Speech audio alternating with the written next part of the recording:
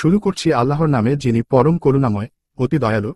আর তোমরা কেমন করে কাফের হতে পারো, অথচ তোমাদের সামনে পাঠ করা হয় আল্লাহর আয়াতসমূহ এবং তোমাদের মধ্যে রয়েছেন আল্লাহর রসূল। আর যারা আল্লাহর কথা দৃঢ়ভাবে ধরবে, তারা হেদায়েত প্রাপ্ত হবে সরল পথের। হে ইমানদারগণ, আল্লাহকে যেমন ভয় করা উচিত ঠিক তেমনিভাবে ভয় করতে থাকো, এবং অবশ্যই মুসলমান না হয়ে মৃত্যুবরণ করো না। আর তোমরা সকলে আল্লাহর রজ্জুকে সুদৃঢ় হস্তে ধারণ করো, পরস্পর বিচ্ছিন্ন হও না। আর তোমরা সে নেয়ামতের কথা স্মরণ করো, যা আল্লাহ তোমাদিগকে দান করেছেন। তোমরা পরস্পর শত্রু ছিলে, অতঃপর আল্লাহ তোমাদের মনে সম্প্রীতি দান করেছেন। ফলে এখন তোমরা তার অনুগ্রহের কারণে পরস্পর ভাই ভাই হয়েছ। তোমরা এক অগ্নিকুণ্ডের পারে অবস্থান করছিলে, অতঃপর তা থেকে তিনি তোমাদেরকে মুক্তি দিয়েছেন। এভাবে আল্লাহ নিজের নিদর্শনসমূহ প্রকাশ করেন, যাতে তোমরা হেদায়েত প্রাপ্ত হতে পারো। আর তোমাদের মধ্যে এমন একটা দল থাকা উচিত যারা আহ্বান জানাবে সৎকর্মের প্রতি, নির্দেশ দেবে ভালো কাজের এবং বারণ করবে অন্যায় কাজ থেকে, আর তারাই হলো সফলকাম। আর তাদের মতো হও না, যারা বিচ্ছিন্ন হয়ে গেছে এবং নিদর্শন সমূহ আসার পরও বিরোধিতা করতে শুরু করেছে, তাদের জন্য রয়েছে ভয়ঙ্কর আযাব। সেদিন কোনো কোনো মুখ উজ্জ্বল হবে, আর কোনো কোনো মুখ হবে কালো। বস্তুত যাদের মুখ কালো হবে, তাদের বলা হবে, তোমরা কি ঈমান আনার পর কাফের হয়ে গিয়েছিলে? এবার সে কুফরির বিনিময়ে আযাবের আস্বাদ গ্রহণ করো। আর যাদের মুখ উজ্জ্বল হবে, তারা থাকবে রহমতের মাঝে, তাতে তারা অনন্তকাল অবস্থান করবে।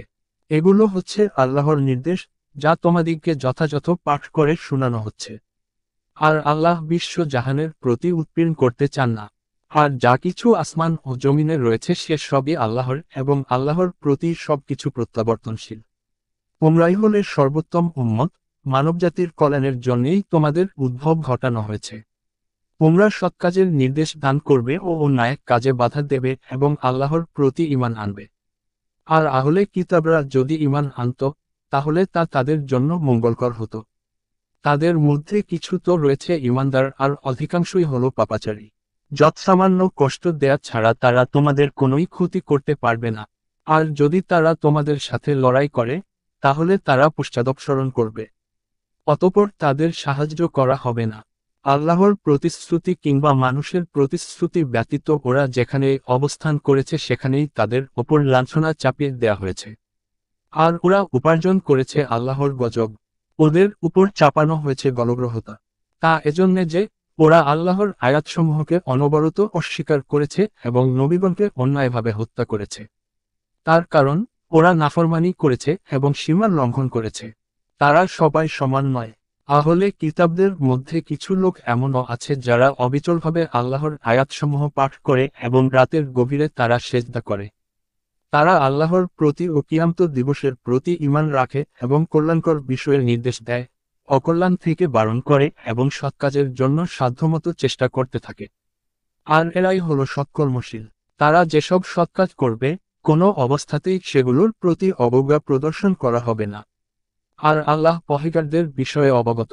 নিশ্চয় যারা কাফের হয়, তাদের ধন সম্পদ ও সন্তান সন্ততি আল্লাহর সামনে কখনো কোনো কাজে আসবে না।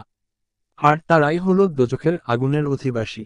তারা সে আগুনে চিরকাল থাকবে। এ দুনিয়ার জীবনে যা কিছু ব্যয় করা হয়, তার তুলনা হলো জড়ো হাওয়ার মতো, যাতে রয়েছে তুষারের শৈত্য, যা সে জাতির শস্যক্ষেত্রে গিয়ে লেগেছে যারা নিজের জন্য মন্দ করেছে। অতঃপর সেগুলাকে নিঃশেষ করে দিয়েছে।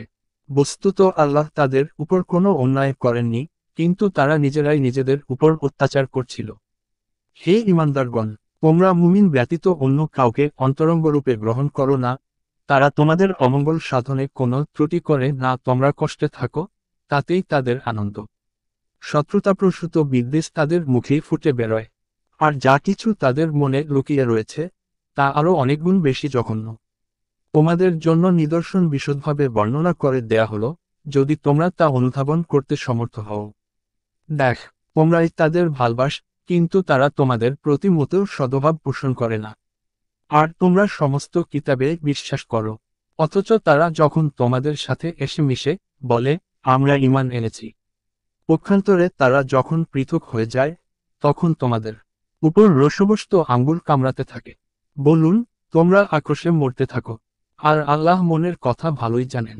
তোমাদের যদি কোনো মঙ্গল হয় তাহলে তাদের খারাপ লাগে, আর তোমাদের যদি অমঙ্গল হয় তাহলে আনন্দিত হয়, আর তাতে যদি তোমরা ধৈর্য ধারণ করো এবং তাকওয়া অবলম্বন করো তবে তাদের প্রতারণায় তোমাদের কোনোই ক্ষতি হবে না। নিশ্চয়ই তারা যা কিছু করে সে সমস্তই আল্লাহর আয়ত্তে রয়েছে। আর আপনি যখন পরিজনদের কাছ থেকে সকাল বেলা বেরিয়ে গিয়ে মুমিনগণকে যুদ্ধের অবস্থানে বিন্যস্ত করলেন, আর আল্লাহ সব বিষয়ে শোনেন এবং জানেন। যখন তোমাদের দুটি দল সাহস হারাবার উপক্রম হলো, অথচ আল্লাহ তাদের সাহায্যকারী ছিলেন, আর আল্লাহর উপরই ভরসা করা মুমিনদের উচিত। বস্তুত আল্লাহ বদরের যুদ্ধে তোমাদের সাহায্য করেছেন, অথচ তোমরা ছিলে দুর্বল। কাজেই আল্লাহকে ভয় করতে থাকো, যাতে তোমরা কৃতজ্ঞ হতে পারো। আপনি যখন বলতে লাগলেন মুমিনগণকে, তোমাদের জন্য কি যথেষ্ট নয় যে তোমাদের সাহায্যার্থে তোমাদের পালনকর্তা আসমান থেকে অবতীর্ণ 3000 ফেরেশতা পাঠাবেন? অবশ্য তোমরা যদি সবর করো এবং বিরত থাকো আর তারা যদি তখনই তোমাদের উপর চড়াও হয়, তাহলে তোমাদের পালনকর্তা ঘোড়ার উপর 5000 ফেরেশতা তোমাদের সাহায্যে পাঠাতে পারেন। বস্তুত এটা তো আল্লাহ তোমাদের সুসংবাদ দান করলেন, যাতে তোমাদের মনে এতে সান্ত্বনা আসতে পারে। আর সাহায্য শুধুমাত্র পরাক্রান্ত মহাজ্ঞানী আল্লাহরই পক্ষ থেকে, যাতে ধ্বংস করে দেন কোনো কাফেরকে অথবা লাঞ্ছিত করে দেন যেন ওরা বঞ্চিত হয়ে ফিরে যায়। হয় আল্লাহ তাদের ক্ষমা করবেন কিংবা তাদেরকে আযাব দেবেন। এ ব্যাপারে আপনার কোনো করণীয় নাই, কারণ তারা রয়েছে অন্যায়ের উপর। আর যা কিছু আসমান ও জমিনে রয়েছে সেসবই আল্লাহর। তিনি যাকে ইচ্ছা ক্ষমা করবেন, যাকে ইচ্ছা আযাব দান করবেন। আর আল্লাহ হচ্ছেন ক্ষমাকারী, করুণাময়। হে ঈমানদারগণ, তোমরা চক্রবৃদ্ধি হারে সুদ খেও না, আর আল্লাহকে ভয় করতে থাকো, যাতে তোমরা কল্যাণ অর্জন করতে পারো। এবং তোমরা সে আগুন থেকে বেঁচে থাকো যা কাফেরদের জন্য প্রস্তুত করা হয়েছে। আর তোমরা আনুগত্য করো আল্লাহ রসুলের, যাতে তোমাদের উপর রহমত করা হয়। তোমরা তোমাদের পালনকর্তার ক্ষমা এবং জান্নাতের দিকে ছুটে যাও, যার সীমানা হচ্ছে আসমান ও জমিন, যা তৈরি করা হয়েছে পহেগারদের জন্য। যারা সচ্ছলতায় ও অভাবের সময় ব্যয় করে, যারা নিজেদের রাগকে সম্বরণ করে আর মানুষের প্রতি ক্ষমা প্রদর্শন করে, বস্তুত আল্লাহ সৎকর্মশীল দিককে ভালোবাসেন। তারা কখনো কোনো অশ্লীল কাজ করে ফেললে কিংবা কোনো মন্দ কাজে জড়িত হয়ে নিজের উপর জুলুম করে ফেললে আল্লাহকে স্মরণ করে এবং নিজের পাপের জন্য ক্ষমা প্রার্থনা করে। আল্লাহ ছাড়া আর কে পাপ ক্ষমা করবেন? তারা নিজের কৃতকর্মের জন্য হঠকারিতা প্রদর্শন করে না এবং জেনে শুনে তাই করতে থাকে না। তাদেরই জন্য প্রতিদান হলো তাদের পালনকর্তার ক্ষমা ও জান্নাত, যার তলদেশে প্রবাহিত হচ্ছে প্রস্রবণ, যেখানে তারা থাকবে অনন্তকাল। যারা কাজ করে তাদের জন্য কতই না চমৎকার প্রতিদান। তোমাদের আগে অতীত হয়েছে অনেক ধরনের জীবনাচরণ। তোমরা পৃথিবীতে ভ্রমণ করো এবং দেখো যারা মিথ্যা প্রতিপন্ন করেছে তাদের পরিণতি কি হয়েছে। এই হলো মানুষের জন্য বর্ণনা, আর যারা ভয় করে তাদের জন্য উপদেশবাণী। আর তোমরা নিরাশ হও না এবং দুঃখ করো না। যদি তোমরা মুমিন হও তবে তোমরাই জয়ী হবে। তোমরা যদি আহত হয়ে থাকো তবে তারাও তো তেমনই আহত হয়েছে। আর এ দিনগুলোকে আমি মানুষের মধ্যে পালাক্রমে আবর্তন ঘটিয়ে থাকি। এভাবে আল্লাহ জানতে চান কারা ঈমানদার, আর তিনি তোমাদের কিছু লোকের শহীদ হিসাবে গ্রহণ করতে চান। আর আল্লাহ অত্যাচারীদেরকে ভালোবাসেন না। আর এ কারণে আল্লাহ ঈমানদারদেরকে পাক সাফ করতে চান এবং কাফিরদেরকে ধ্বংস করে দিতে চান।